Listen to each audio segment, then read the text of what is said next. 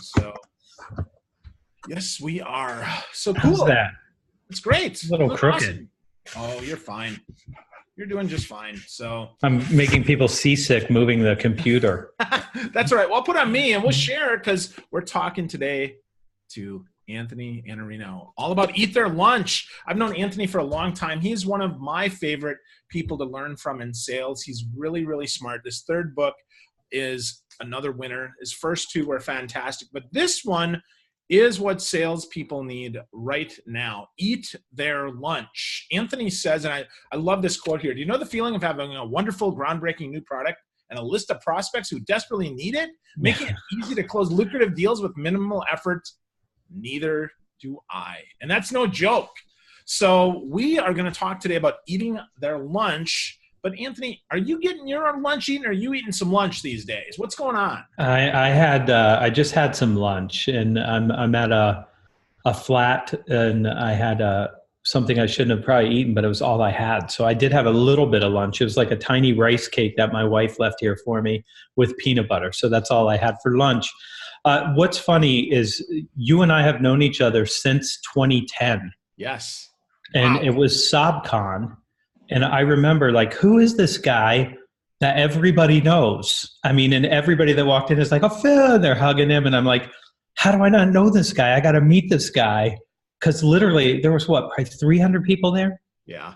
And 299 of them already knew Phil. And then there was me. And I'm like, I got to meet this guy. Well, Chicago, 2010. Yeah, I'll never forget. I totally remember that. Absolutely. It was very fortuitous. It was upstairs was it DePaul, I want to say. Yeah. So, yep. So I totally remember that, of course. So we met and became fast friends. And now, I mean, now you're like famous, and now I get time with you, which makes me really happy because, Anthony, I mean it, man. You're one of the only newsletters that when I actually get time to read, I read it. Oh, And thank you. That says something because, there's a lot of crap out there, man. And I'll say, so your article about Red Ocean, by the way, the Red Ocean strategy instead of Blue Ocean strategy, which I read, good book, 15 Great years book. ago, 20 years ago. But you're talking about a Red Ocean strategy. So what does that mean, Anthony? I love that. It's my favorite thing. When I saw that they came out with another book while I was writing this book, it was Blue Ocean Shift. And it's so smart. It's be Uber, even though they have Lyft now. So they have a war going over for lunch right now too. Or be Netflix or be Airbnb. Come up with some innovative strategy where you disrupt the whole market and you have no competitors. It's wonderful if that happens to you. But for 99.9% of people that have to go out and find clients, it's just not true for us. And you can do all the work you want on your brand. You can use the social channels to the best of your ability so you're preferred. But still, in a lot of cases, for most people, winning new business means that you're taking one of two things. So for the people that are watching this, if you're in sales legit, you're taking a customer away from a competitor. And if you're somebody who has a brand, and you're probably trying to displace some other priority that some company has. Like I could have Phil come in and give this speech, but we really need this thing for this HR project. So you're still in a competitive displacement situation where you have to say, there's a compelling reason to do something with me instead of somebody else. So that's the world that most of us live in. And the idea of the Blue Ocean strategy is that there's no sharks and there's no blood in the water. But for most of us, the water is abundantly red. There's tons of options. There's tons of alternatives. There's tons of competitors. So how do you operate in that world? And I think that's the more interesting question than the Blue Ocean strategy. The Blue Ocean strategy, a lot of innovative people, Clayton Christensen, all those guys are working on that. Somebody had to say, how are we going to work on the rest of us who don't have the luxury of having a blue ocean? Yeah, I think that's so true. I mean, a lot of the folks that I coach, right, insurance people, manufacturing, even trainers and speakers. I mean, commodity is too strong of a word, but it kind of is, right? I mean, it really is a choice between certain things that it's all a trade-off. It's not just, it's not just, oh yeah, I need this. It's, I want that, but what's the ROI? How does that work? And I think where the book really helps is right from the get-go, you talk about this. You talk about how the differentiator is the salesperson. And I think so many salespeople, they don't get that, right? They don't understand that they're the value proposition. So what does that mean, Anthony? How do we really use that? We use ourselves to be a competitive advantage. I'll tell you, when I was young and I went to LA to front a hair metal band, which people are like, wait, there's sort of an incongruity here. I used to have really long hair. It was before the drugs. Not those drugs, Phil. It was after a brain surgery. I was taking anticonvulsants, and that's when the hair loss started. So I worked for a company called Olston, and we had this 84-page binder. This was pre-PowerPoint days. And I literally would sit down with people and say, Phil, Olston Services started in 1940 when William Olston delivered women to secretarial pool. Yeah, exactly. And I had a great boss, and he was sitting next to me, and he was one of those guys that would go on a sales call with you and not say anything. He would just observe you because he was really trying to help you. And I was on page 7, I think, and he looked at me, and the look in his eye was something like, if you say one more word, I'm going to stab you in the face. And I looked and I noticed that he had an opinion about what I was doing, but I continued through all 84 pages. And he leaving, he said, how do you think you did? And I said, I think I did really well. And he said, I think that woman is in a coma and we're never going to be able to recover her. He said, nobody cares about us. Nobody cares about us. Nobody cares about what we do. They care about 2 or 3 things. And I said, well, what are those 2 or 3 things? He goes, I don't know. That's what you have to figure out. What is it that they care about? That's your job, is to figure out what they care about and help them with that. And I said, then why do we carry around this giant binder? And he said they put it on the bookcase behind them. If somebody asks, like, why did you choose this company? They've got all the backup information about who we are, but nobody really cares. And I'm like, well, okay, so now how do you figure out what people care about? And they tend to care about outcomes. They tend to care about big outcomes and more strategic outcomes, and they care about trying to get things done that they need to get done. And the only thing a salesperson really needs to focus on is, how do you understand what those strategic outcomes are? So the book starts with the concept I've been teaching for a long time called Level 4 value creation. Level 1 is your product. Level 2 is the experience of working with you. Level 3 is, can you do what you say you're going to do? But level 4 is, can you help me with the most strategic outcomes? Can you help me transform my business? Can you help me create greater results in this area? So differentiation now is really about value creation. So if you're in the red ocean, whether you're a salesperson or whether you're a speaker, people are looking to say, who's going to create the most value for me in this scenario? That's what they're looking for. Who's going to be the best value creator? So if you want to be different, and I wrote this at some point in the book, if you live in the red part of the ocean, you want to be the great white shark. I mean, you want to be the greatest value creator. You want to have more value to offer than anybody else, because ultimately that's where the decision's going to lie. It's not going to lie with, okay, so my competitor's not as good as me because of this thing, or my product's really good because of that thing. It's who's going to help me get the result that I want. Yeah. So I love that. And I think that's so central to how sales is now. But how do we actually demonstrate that even before we get in the room with them? How do we make sure that our prospects are seeing that we're a person of value before we kind of turn up the volume and talk to them? Yeah, and the second part of the book, the second chapter, really is about capturing Mindshare. And so it's about all of these things that you do to help people understand that you have a different lens. And so the metaphor that I use in that chapter is literally, your prospective client or dream client is looking at the world through this lens. And that's all their biases, all their experience, all the things that they believe, all the things that they've learned. Your job is to push that out of the way and say, let me show you a different lens. So can you look at the problem through this lens and see something different than what they see right now? And you can do that nurturing them. You know, you're a big social guy. And social, so I don't believe in social selling, but I desperately believe in social nurturing. So you now have a toolkit where you can go out into the world and say, this is what value looks like. And you'll like the story because you'll recognize the kind of person I'm talking about. I had somebody who called and said, why do you share all your intellectual property as a blog post every day? It's the dumbest idea. Don't you understand? You have to keep it behind the wall until people pay you. And by the way, how are you getting all these gigs? And it's like, well, I'm not a secret agent. You think that being a secret agent, like you can withhold it, but have good ideas that benefit other people, you have to go into the world and share those ideas. And probably one of the great mentors in my life is Seth Godin. And Seth, everything gets shared, and he is fearless. I have to hold this intellectual property for the next thing that I sell. There's none of that.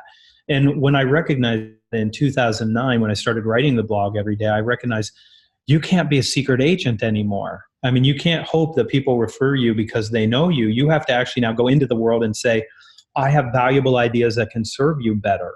And then you have to share those in a very intimate way, which means your handwriting needs to be on it. If you find an article, I know the tendency now is for people to email it, print it out, highlight the high points, write your name on it, send it to the person directly, even if you're going to scan it and send it. Scan it so they can see you are actually thinking of them. There's a difference between what we do when we're nurturing and trying to capture mind share. What marketing does is one to many, and this is one to one. And that's how you nurture those relationships over time. But you do need to prove you have ideas that are valuable to people. Yeah. Awesome. I completely agree. I mean, that is what makes the difference. It is now a one-to-one game more than ever before. Our goal is not to get to 1 million people, which is where some people, I think they've been trained. It's all about big numbers. I got to make 1,000 dials today. And it's not about that. It's really about the right dials, the right conversations, the right nurturing, that we have that. But you said something that I want to dig on there. You said, I don't believe in social selling. I believe in social nurturing. What does that mean, Anthony? What is social selling to you, and what is social nurturing? So there's a lot of people that early on, and I never see social selling, I never see those words together anymore. And I don't. And I don't think it made sense at the time, because you're not trying to sell them anything in this, you're not. And so they would say the first rule of social selling is don't sell. Well, then it's not selling. Okay, good. So we agree on that. It's not selling. You're trying to nurture the relationship. You're trying to add value without making a claim on any value. You're trying to connect with people, which is what the social stuff is 100% in agreement. But it's not prospecting, it's nurturing. It's above the funnel. You're not making an ask there. And then where people get this concept wrong, and where I think I'm right and everybody else is wrong on this because of LinkedIn, people connect with me within 4 seconds. They've sent me a pitch that's 4 paragraphs long with a calendar at the bottom to say book time on my calendar. So I'm supposed to actually pursue you instead of you pursuing me. And the first rule of social selling is don't sell. And the first thing they start doing is pitching. No, we don't have the relationship for you to withstand a pitch. I always go back to Covey's masterwork, 7 Habits of Highly Effective People. And he talked about the emotional bank account. And with human beings, you have to make enough investments that you can make a withdrawal. Well, you show up on LinkedIn, you connect with somebody, 4 seconds later, you pitch them to click a link to schedule with you. You don't understand human relationships. You don't understand how this works. You just give. And Phil, you know this. I mean, we're doing a podcast right now. This is give. We're not asking anybody to buy anything. We're not sending them out to do anything. There's no sale here. This is give. And that we believe, and I know you well enough to know you and I both are aligned on this. We believe that you just give and give and give, and then people do things because you've given, you've made the deposits in the relationship. But that's true in hardcore B2B sales too. You nurture relationships, you help give people a new view of things, and they decide it's time to work with somebody that they trust to do that with, and it ends up being you. Yeah, I totally agree. I always say, on the whole social selling, I believe it's selling with social, right? Social is an opportunity to sell with it, not on social. The whole, the whole connect and pitch is garbage. That doesn't work. It doesn't work on, the phone call. I can look at my phone right now, Anthony, and tell you I've got 10 414 numbers because I'm from Milwaukee. Yeah. One of them is really in Milwaukee. Well, I do know then, if that's true, that you are eligible for a new health insurance plan. That's already paid for. And I found out yesterday I'm eligible for braces. I didn't know. Pretty straight teeth. Not sure I need the braces. Yours are very straight. That smile that everyone knows. But yeah, and I'm getting those same calls. And there's the reason that I'm upset about getting those calls is not that salespeople are calling me. I'm for salespeople making phone calls, but at least target somebody and have some idea that they could actually care or use what you sell. But they're just pitching everybody straight. Like, if you're a human, you should buy from me. No, That's not true. Most of us don't need what you're selling. That's so true. Yeah. So I see you own a company that's 1 to 10 in size. Anthony, are you interested in any sales training today? Oh, I get that one. I've I know gotten you that do. one. I get the same one, right? So that's so horrible, but that is the absolute wrong way. So how do we help salespeople and sales managers and sales leaders to shift their mind to understand that really, if we're going to eat somebody else's lunch, we're going to kick our competition's butt. It's not about talking bad at them. It's not about spewing FUD. It's about adding value. What's one, maybe, do you have a case study or something that you can share so people can hear something that's going to be useful for them to help them? I mean, I can give you the talk track right out of the gate. So I'll just give you old school and then I'll give you new school so you can hear the difference between the two. So old school sounded like this. Listen, Phil, love to come by, explain who we are, tell you about the company, tell you about all the companies that we serve that are like you with the problems that we're solving for them. And then love to learn a little bit about you and what your company does and how you guys are taking care of these things. Okay, so that's the old school way. So what you heard as the value prop is, I'm going to talk about me. That's probably not going to be great for the other person. And then I'm going to talk about my company, which means I'm going to show you a slide deck of how long we've been in business and how many locations we have. And then I'm going to pull up a big chart of logos to say, look at these logos, impressive logos we have. That's just proof that I'm a good person working for a good company. You should buy from me. And what's keeping you up at night? Okay, so that is how things worked for 30 plus years. But now things have changed, and you are leaving the assumption that the client's dissatisfied and compelled to change when you make that call. To you call and you say something that sounds like this: Phil, listen, I'm calling you because I'd like to ask you for a 20-minute executive briefing. I'm going to share with you the 4 primary challenges that speakers and trainers are going to have in the coming year, and some of the decisions that you're going to need to make in order to position yourself better to get the higher paying gigs that I'm certain you're concerned about. What do you look like Thursday for a 20-minute executive briefing? I'll share this deck with you, and listen, even if there's not a next step for me, you're going to take some of the questions that we're helping our clients answer, and you're going to answer them yourself one way or another. What works for you on Thursday? Okay, so what I'm trying to demonstrate is I'm trading value. So I'm going to give you some idea about what's going on in your world and some of the questions that you need to ask and answer to do better, even if there's not a next step for me. It's fine. I'm happy to explore change. Maybe it's time for you to do something. Maybe it's not. I'm okay either way. If not, we'll have a relationship. I can nurture that relationship over time. And when something happens, I'll be the person that you think of. But I have to trade value. And what you don't hear in the first one that you hear in the second one is I'm offering to trade something of value. Also, with no obligation on your part. I'll share it with you. If there's no next step, there's no next step. I'm cool with that too. And I asked for 20 minutes because we used to ask people for a meeting, and that meant an hour. An hour is a long time to have a meeting. And 20 minutes is a low enough commitment that people can say, okay, good. So I've got an emergency escape hatch here at the 20-minute mark. I can pull the pin, jump out of the airplane, and parachute to safety to get away from this individual. They want that security to know it's really 20 minutes. But if they're interested, it's not going to be 20 minutes. It's going to be an hour, but it's going to be an hour where they're going, okay, so tell me more about the trends. You know, what is going on in that world? What should we be thinking about? And then you might have something. Yeah, I think that's so valuable and such an excellent juxtaposition of the way it was and sadly still is for some, and the way it could be, and a better hope for the future if we focus on the other person instead of ourselves. And I think that's really where, you know, kind of eating their lunch, I would say, you know, I'm going to give you my lunch. I think that could be another good title for the book, because that's really what it is, right? If I'm going to give you value, Anthony, you said you're hungry. Here's my lunch. I want you to eat first. And maybe you're never going to buy me lunch. That's okay, because I'm happy knowing that you're full. It's a much easier way to play the game. It's interesting about book titles. So I've not named any of the 3 books, just as a way of full disclosure. I gave the publisher the first book called 17 Elements, the periodic table of sales success. And they're like, yeah, we hate that. It's called The Only Sales Guide You'll Ever Need. And I'm like, okay. But we did have a romance at that time where we were talking about titles, like I was involved. And then the second book, they said, what are you thinking? And I said, the second book is called The Art of Commitment Gaining. And they're like, yeah, no. We're going with The Lost Art of Closing. And I said, yeah, but everybody hates closing. They think it's doing something to someone. And this is a consultative book that's nothing like Glengarry Glen Ross. It's the exact opposite of that. And they said, yeah, but everybody loves closing books. And I'm like, yeah, no, everybody used to love closing books. So we should have called it commitment gaining.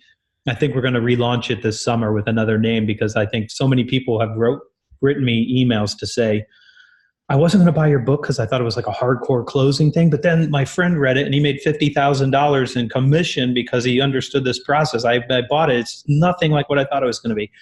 So this one I turned in was called The Competitive Displacement Playbook. And they're like, yeah, no. They didn't even talk to me on this one. I got a note on a Monday morning that said, tomorrow this goes on Amazon.com. Send us any edits. Eat their lunch, winning customers away from their competition. And it had all this stuff underneath it. So I literally had nothing to do with any of them. But when I heard Eat Their Lunch, I smiled. And I'm like, that's a good title.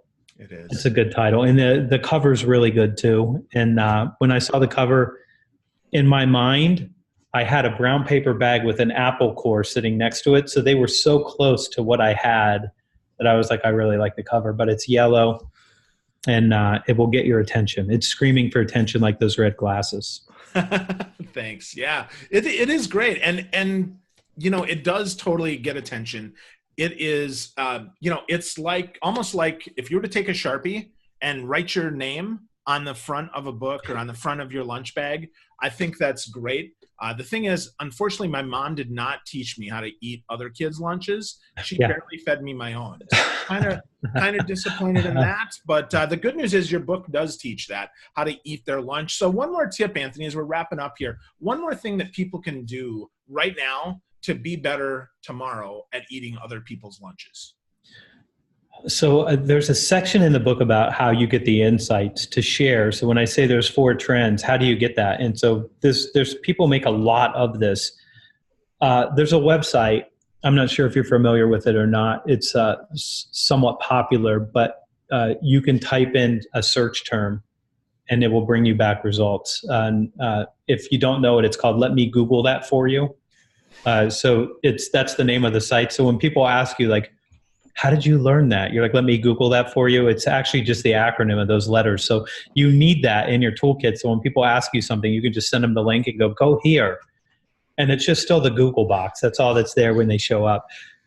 But you can go out and search like 10 trends impacting chief marketing officers. And you can calibrate 5 or 6 different reports to say these tend to be the big areas that CMOs are concerned about right now, or CFOs, or speakers, or, you know, what's going on in auto dealerships, whatever it is that you sell to.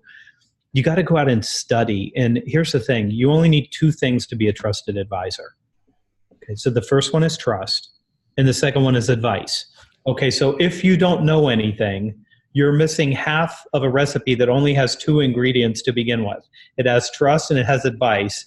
And so if you want to be consultative, then you have to have information with which to consult, right? I have to have something that I can tell you. And you want to go out and own whatever space it is that you're calling on and saying, I know more, I'm deeper, I study. And I know salespeople still, some of them, want to rely on, well, it's the company, it's the product, it's our service. Nope, it's you. You're the value proposition now. So if you want to be consultative, and I wrote this the other day because I'm trying to help people make a mindset shift here. Consultative doesn't mean that you don't use a hard sell. It doesn't mean that you're not high pressure. Those things are true, but it's not what makes you consultative. It doesn't mean that you ask a lot of questions. That's not necessarily consultative. Consultative means you give other people advice as to what to do. That's what consultative means. It means you're consulting with them. So you have to go out and do the work, or what Cal Newport would call the deep work, to study and get the chops that you are somebody who can offer other people advice that they should be taking. That's the most important thing. Awesome. It's a 2-part recipe, Phil. Did you know that? You know, I read that in this other smart guy's book, The Lost Art of Closing, I believe. Yeah, two parts. Right, 2 parts. Yeah. Yep. Trust and advice. So easy stuff. So folks, if you want to get more from Anthony, we could talk all day. But go to eattheirlunchbook.com. Go to Amazon. Pick up a copy of the book. Go to Iannarino.com. That's IANNARINO.com. check Anthony out there. He's got that, thesalesblog.com as well, lots of places. But Anthony's just a wealth of knowledge. I'm grateful that he's my friend, that I get to learn from him, and that he spent some time with us. So thanks, buddy. I really appreciate you, man. This was good to see you. Thanks for having me. Absolutely. My pleasure.